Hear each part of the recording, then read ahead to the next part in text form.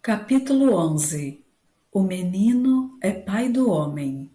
Cresci, e nisso é que a família não interveio. Cresci naturalmente, como crescem as magnólias e os gatos. Talvez os gatos são menos matreiros, e com certeza as magnólias são menos inquietas do que eu era na minha infância.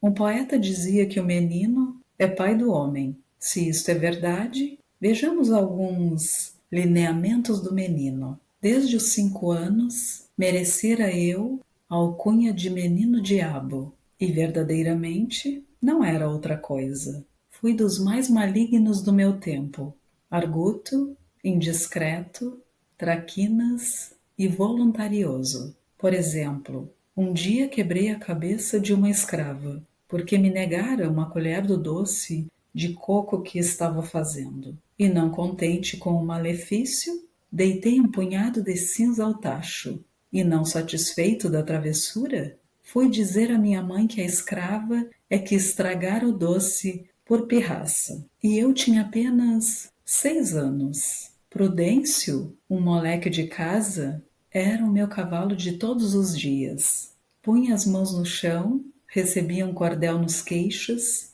à guisa de ferro. Eu trepava-lhe ao dorso, com uma varinha na mão, fustigava-o, dava 1000 voltas a um e outro lado. E ele obedecia, algumas vezes gemendo, mas obedecia, sem dizer palavra. Ou, quando muito, um ai nhonhô, ao que eu retorquia: cala a boca, besta! Esconder os chapéus das visitas, deitar rabos de papel a pessoas graves, puxar pelo rabicho das cabeleiras, dar beliscões nos braços das matronas e outras muitas façanhas deste jaez. Eram mostras de um gênio indócil, mas devo crer que eram também expressões de um espírito robusto, porque meu pai tinha-me em grande admiração, e se às vezes me repreendia, à vista de gente, fazia-o por simples formalidade. Em particular, dava-me beijos. Não se conclua daqui que eu levasse todo o resto da minha vida a quebrar a cabeça dos outros, nem a esconder-lhes os chapéus, mas opiniático, egoísta e algo contemptor dos homens. Isso fui. Se não passei o tempo a esconder-lhe os chapéus, alguma vez lhes puxei pelo rabicho das cabeleiras. Outros sim, afeiçoei-me à contemplação da injustiça humana.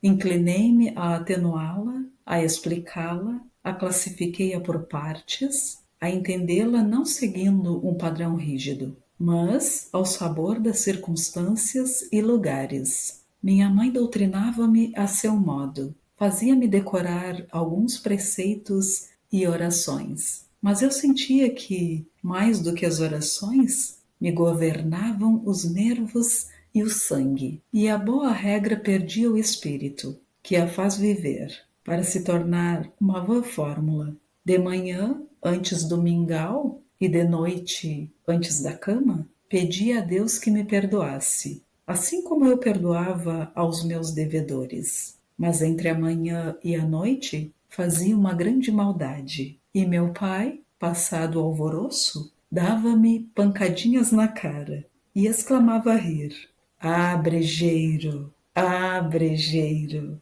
Sim, meu pai adorava-me.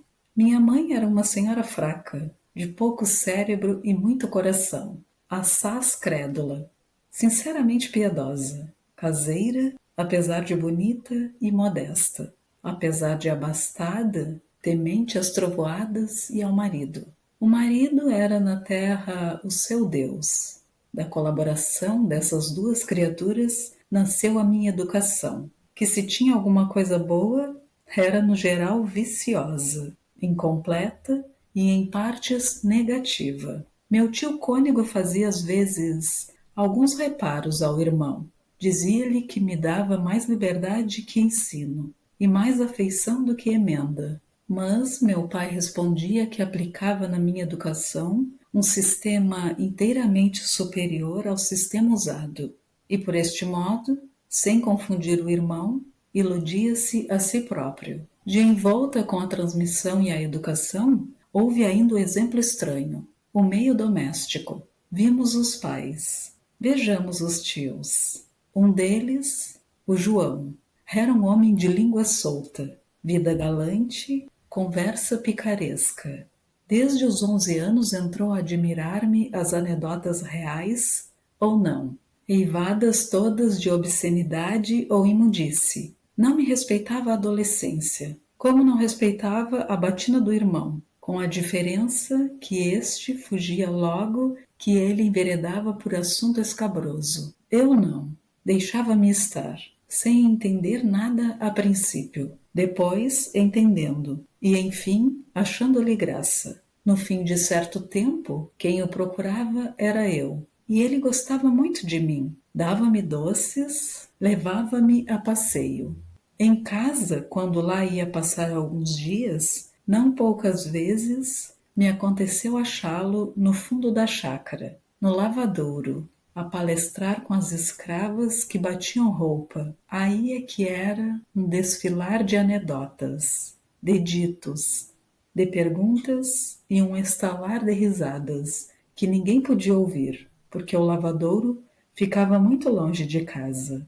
As pretas, com uma tanga no ventre, a arregaçar-lhes um palmo dos vestidos, umas dentro do tanque, outras fora, inclinadas sobre as peças de roupas, a batê-las, a ensaboá-las, a torcê-las. Iam ouvindo e redarguindo as pilhérias do tio João, e a comentá-las de quando em quando com esta palavra: Cruz! Diabo! Este senhor João é o diabo. Bem diferente era o tio Cônego.